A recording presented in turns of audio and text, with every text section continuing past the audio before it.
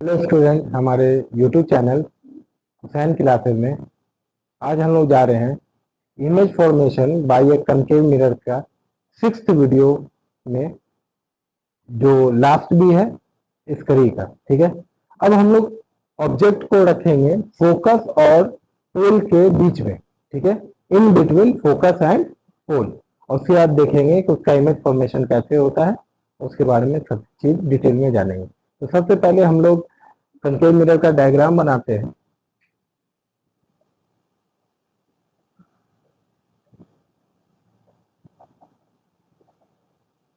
ये इसका अपर्चर हो गया एम एन, ये पोल हो गया, ये एफ हो गया, और ये सेंटर ऑफ कर्वेचर हो गया।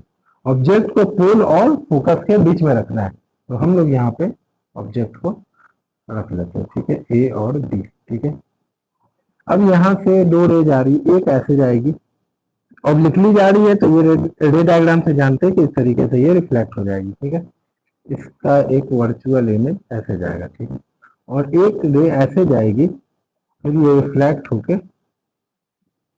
इस तरीके से जाएगी और इसका ये जाएगा। ठीक है, अब इस मीटिंग पॉइंट को हम इससे मिला देते हैं। ठीक है, तो ये ए डैश हो जाएगा और बी डैश हो जाएगा। ठीक है, इमेज फॉर्मेशन कहाँ हुआ? यहाँ पे हुआ, यानी बिहाइंड द मिरर हुआ।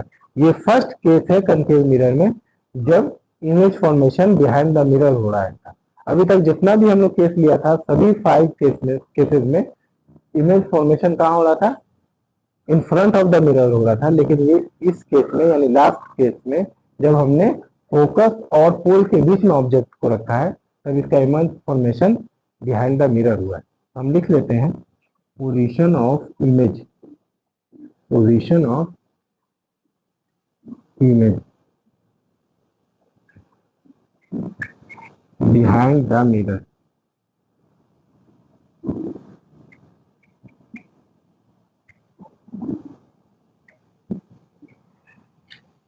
साइज ऑफ इमेज,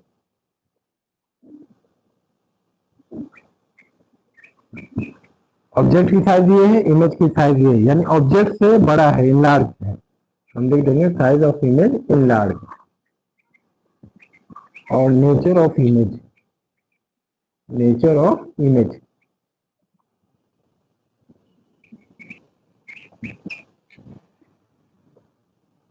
मिरर के बिहाइंड है। ठीक है, तो ये इमेज होगा वर्चुअल।